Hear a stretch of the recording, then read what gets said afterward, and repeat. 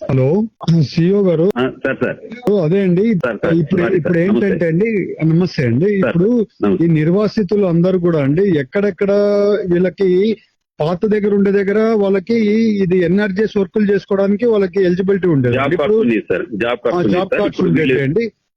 ఇప్పుడు ఇక్కడ మూవ్ అయిపోతే అక్కడ జాబ్ కార్డ్స్ ఉండడం లేదండి.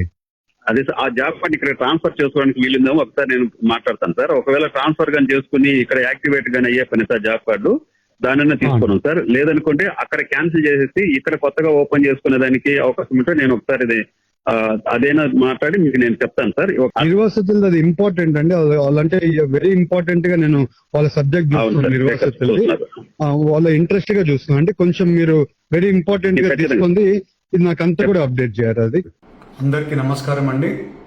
ఇవాళ పోలవరం మన పర్యటన చేసినప్పుడు కొంతమంది పోలవరం నిర్వాసితులు అందరూ కూడా కొంతమంది వచ్చి నన్ను కలవడం జరిగింది. వాళ్ళు అడిగింది ఏంటంటే మహాత్మా గాంధీ జాతీయ ఉపాధి హామీ పథకం జాబ్ కార్డులు ఎవరెవరికి ముందు ఉన్నాయో పాత గ్రామాలలో మీరు ఉండే పాత గ్రామాలలో ఎవరెవరికి ఉన్నాయో మీరు ఇప్పుడు కొత్త గ్రామాలకు పోవడం వల్ల ఆ ట్రాన్స్ఫర్ ఆఫ్ జాబ్ కార్డు జరగలేదని మీరు అందరూ అడగడం జరిగిందని. అలాగే ఇవాళ నేను అదే గురించి జెడ్పీ సిఇఓ గారితో మాట్లాడడం జరిగింది.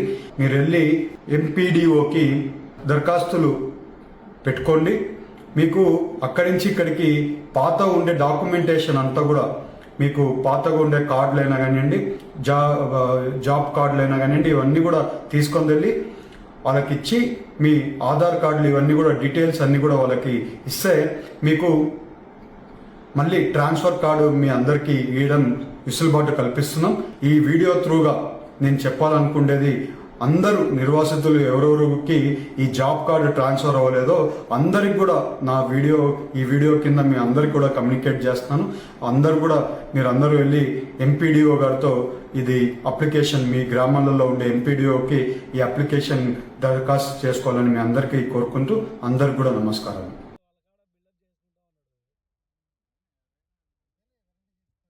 నా పేరు మాచర్ల లక్ష్మి అండి. మాది వేలేర్పాడు జగన్నాథపురం గ్రామం.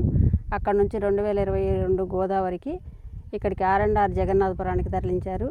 అక్కడ నుంచి మిషన్ కుట్టుకుంటూ అలా జీవనోపాధి కలుపుకుంటూ ఆ పింఛని డబ్బులు 4,000తో జీవనోపాధి గడుపుకుంటూ ఉండేదాన్ని. జాబ్ కార్డులు అడిగితే ఎవరు సమాధానం చెప్పలేదు, జాబ్ కార్డులు ఇవ్వలేదు. మొన్న పుట్టా మహేష్ గారి దృష్టికి వెళ్ళాక ఆ సార్ చెప్పాక మాకు ఇంటికే తెచ్చి జాబ్ కార్డ్స్ ఇచ్చారు సార్. పుట్టా మహేష్ గారికి మా హృదయపూర్వక ధన్యవాదాలు.